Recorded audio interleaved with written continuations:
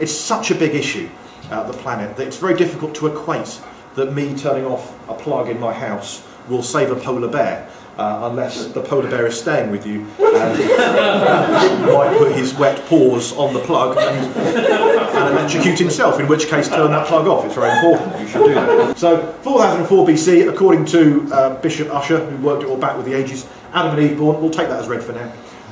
2344 BC, 17th of May, which is a Thursday, in case you're wondering. The Great Flood, of course. The first real example of climate change in the Bible. 40 days and 40 nights of rain. They call it a flood, we call it a British summer. There's more Green candidates going forward lately, which is fantastic. Just to give a little visual summary of the House of Commons before the last election.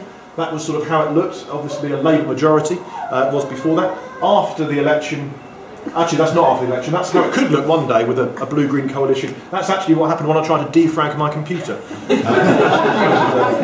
That's the makeup of my hard drive, so there you go. Sorry to get your hopes up there for a green coalition. Year 1, Jesus was born, and already natural resources of gold, frankincense and myrrh are on the decline. That's how it goes.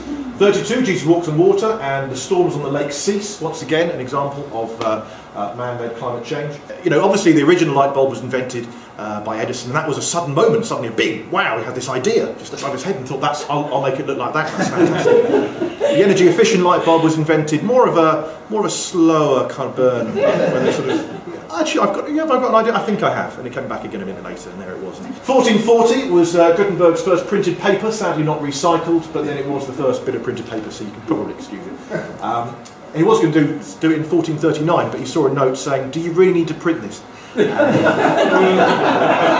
got webcams now, you know, I'm just saying we don't need necessarily to actually have, you know, we don't need pictures like this, the G8 summit. I quite like to see a picture like this for the G8 summit, that'd be quite nice. You know, they're all in their homes, they could just, you know, just lols, ruffles, that sort of thing, but they love all that stuff. I think it'd be absolutely fantastic. 1850, Industrial Revolution, one of the worst possible things to happen for the onset of climate change. 1960, Jenny Clarkson born, one of the worst possible things to happen to the onset of climate change. And a lot of Brits just think, well, if the sea levels rise a little bit, we'll be a little bit further from France, which can't be that bad. So, you know, that's not really the way to think about it.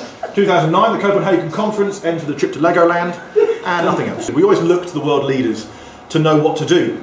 You know, the Rio Summit, for a start, the fact it's called a summit, it's like, well, summit's going on, we don't really know what, but thank you. That was the typical response that I find. And 2040, looking ahead, is when oil and koalas are predicted could run out. They're not both energy sources, just the oil, the koalas are just nice to cuddle, but that's the sad truth of it, is when we could be looking at 2040 already.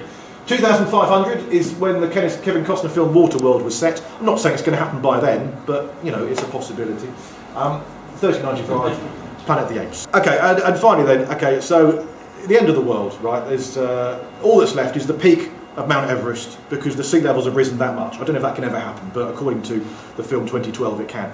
And so it rises so much, there's one pub left on the top of Mount Everest, and of course all of the world are there. So an Englishman, an Irishman and a Scotsman walk into the bar, and also a Welshman, an Italian and a Frenchman, and a Latvian and a Lithuanian and a Russian and a Serbian and a Croat and a Liechtensteinian and a Mongolan and a Moroccan and a Nigerian and a Namibian, an American, a Canadian, an Australian, a New Zealander, a Chinese, a Japanese, an Antarctican.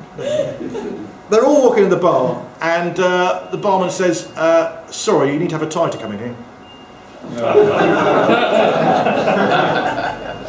The future's bright, the future's greeny orange, so hopefully we'll get behind it, and thank you for listening. Thanks a lot.